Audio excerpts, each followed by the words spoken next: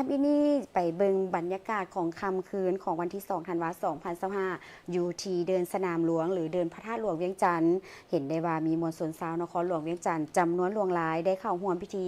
จุดดอกไม้ไฟบั้งไฟดอกและการบินโดรนเพื่อเฉลิมฉลองวันสถาปนาสาธารณรัฐประชาธิปไตยประชาชนลาวครบรอบ50 ปีซึ่งบรรยากาศเต็มไปด้วยความคึกคืนและความสวยสดงดงาม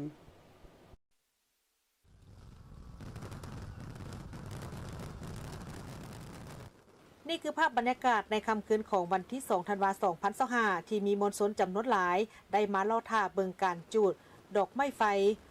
บั้งไฟดอกและการแสดงบินโดรนในการเฉลิมฉลองวันสถาปนาสาธารณรัฐประชาธิปไตยประชาชนลาวครบรอบ50 ปีอยู่เดินสนามหลวงการแสดงในครั้งนี้แม้นมีการแสดงที่หลากหลายสีสันโดยเฉพาะก็แม่นการแสดงรูปเครื่องหมายชาติเป็นสัญลักษณ์ของสาธารณรัฐประชาธิปไตยประชาชนลาวซึ่งให้เห็นถึงตลอดระยะ50 ปีผ่านมาภายใต้การนำพาของพรรคประชาชนปฏิวัติลาวสาธารณรัฐประชาธิปไตยประชาชนลาวได้เติบใหญ่เข้มแข็งเป็นก้าวพร้อมนั่นก็แปลเป็นคำขวัญนำใจวันชาติที่2ธันวามั่นยืนด้วยแสงสีเสียงที่สดใส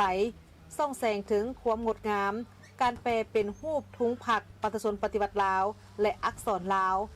สาดแสงสวยงามหุงเหืองและการแสดงอื่นๆที่มีความสวยสดงดงามซึ่งได้สร้างความประทับใจให้กับปวงชนลาวทั้งชาติที่ได้เข้าร่วมชมเชยวันสร้างตั้งพรรคประชาชนปฏิวัติลาว22มีนา1955ครบรอบ70 ปีส่องแสงให้เห็นถึงระยะ70 ปีแห่งการกำเนิดเกิดขึ้นและนำพาภารกิจปฏิบัติอยู่ประเทศเฮาพรรคประชาชนลาวก็คือพรรคประชาชนปฏิบัติลาวในปัจจุบันได้นำพาซี่นำอย่างเด็ดเดียวสมทบแน่นกับขบวนการต่อสู้ของประชาชนลาวบรรดาเผ่าสามารถญาติได้ไสชนะและปลดปล่อยประเทศชาติได้อย่างสมบูรณ์สถาปนาสาธารณรัฐประชาธิปไตยประชาชนลาวขึ้นในวันที่2ธันวาคม1975อย่างสง่างาม